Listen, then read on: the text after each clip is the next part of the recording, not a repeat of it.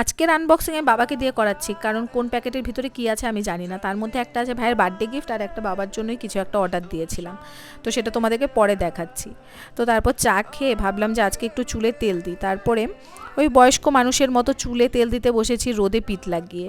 তো যাই হোক, আরামই লাগছিল, কারণ অনেক দিন থেকে তেল দেওয়া হয় না। আর তেলটা একটু গরম করে নিয়েছি রোদে, নয়তো সরাসরি নারকেল তেল যদি আমি চুলে দিই না, তাহলে আমার পুরো ঠান্ডা লেগে যায়।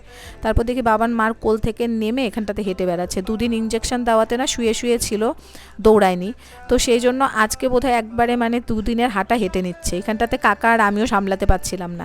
তারপর ভাবলাম চুলটা একটু শুকিয়ে নিই, তো সেটাও পারলাম না, তো ঘরে চলে আসি। তারপরে আমি প্রণাম টোনাম সেরে একবার মাকে গিয়ে দেখে আসলাম কি রান্না করছে। তো মা বললো বাবানকে খাইয়ে দিতে, ওর রান্না কমপ্লিট হয়ে গেছে। তো তারপর ওকে খাইয়ে টাইয়ে ঘুম পাড়িয়ে দিয়ে তারপর আমি খেতে বসেছি। তো আজকে মেনুতে ছিল চচ্চড়ি, মাছের ঝোল আর হচ্ছে শাক। তো আজকের ব্লগটা এই পর্যন্তই, টাটা, দেখা হবে নেক্সট।